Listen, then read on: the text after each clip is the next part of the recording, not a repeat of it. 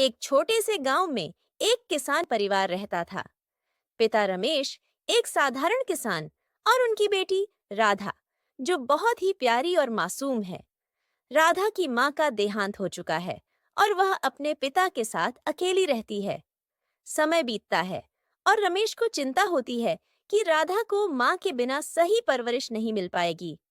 गांव वालों के दबाव और अपनी बेटी के भविष्य की चिंता में रमेश दूसरी शादी का फैसला करता है। सौतेली माँ सुमन का आगमन। वह शहर से आई है। उसकी पृष्ठभूमि राधा और रमेश से काफी अलग है। सुमन और राधा के बीच शुरू में कुछ दूरी और अनबन होती है। सुमन शहर की जीवन शैली की आदी है, जबकि राधा गांव की सादगी से जुड़ी है। गांव के लोग और रिश्तेदार सुमन को शक की नजर से देखते हैं और राधा के दिल में भी सुमन के प्रति अविश्वास होता है। समय के साथ सुमन अपनी समझदारी और धैर्य से राधा के करीब आने की कोशिश करती है। वह राधा के लिए माँ का प्यार दिखाने की कोशिश करती है, लेकिन राधा इसे स्वीकार करने में हिचकिचाती है। राधा का स्कूल में किसी समस्या का सामना करना, सुमन का उसे हल करने में मदद करना, जिससे उनके बीच विश्वास बढ़ता है। गांव के कुछ लोग सुमन के खिलाफ अफवाहें फैलाते हैं।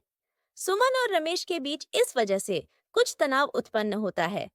राधा भी उलझन में है कि वह किस पर विश्वास करे।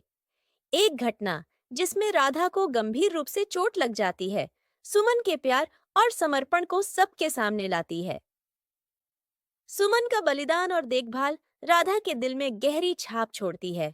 धीरे धीरे राधा समझती है कि सुमन उसे सच्चे दिल से चाहती है। राधा और सुमन के बीच का प्यार और विश्वास गहरा होता जाता है। गांव के लोग भी सुमन को स्वीकार करना शुरू करते हैं। रमेश, सुमन और राधा अब एक खुशहाल परिवार की तरह जीते हैं, जहां सौतेली माँ और बेटी के बीच का प्यार असली माँ बेटी से कम नहीं होता। राधा और सुमन के बीच के रिश्ते में धीरे धीरे सुधार आना, रमेश का भी सुमन के प्रति सम्मान बढ़ना और गांव के लोगों का सुमन को स्वीकार करना, राधा और सुमन का एक दूसरे के प्रति गहरा स्नेह और विश्वास बनना। सुमन, रमेश और राधा के बीच एक सुखी परिवार के रूप में जीवन का चित्रण। सुमन का माँ के रूप में पूर्ण स्वीकार होना और राधा का अपनी सौतेली माँ को सच्चे दिल से अपनाना। गांव में सुमन की प्रतिष्ठा और सम्मान और एक सकारात्मक संदेश के साथ कहानी का समापन।